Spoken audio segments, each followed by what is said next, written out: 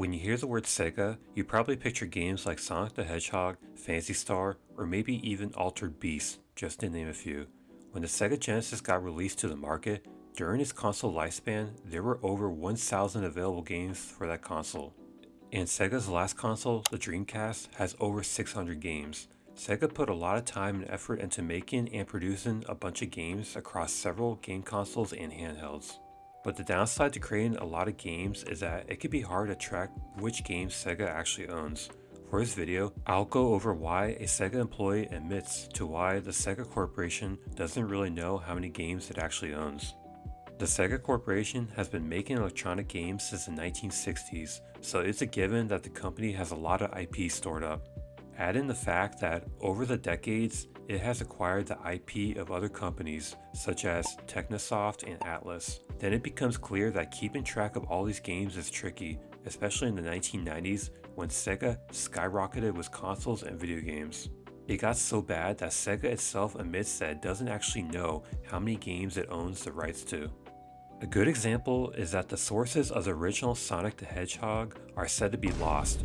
According to the Sonic Retro article, a user by the name Clowncy talks about how the source code for the classic Mega Drive Sonic the Hedgehog games have never been found. I can understand how this happened. The programmers and other team members that got involved in making Sonic didn't really know at the time that they were making history with this game. The employees just got delivered to work on a Sonic project and then they need to start up on another project. You put the old project away in some disk and get back to work.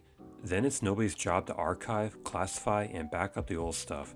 What happens is that you don't have an archive department, so it doesn't get done, and eventually disks rot or get lost.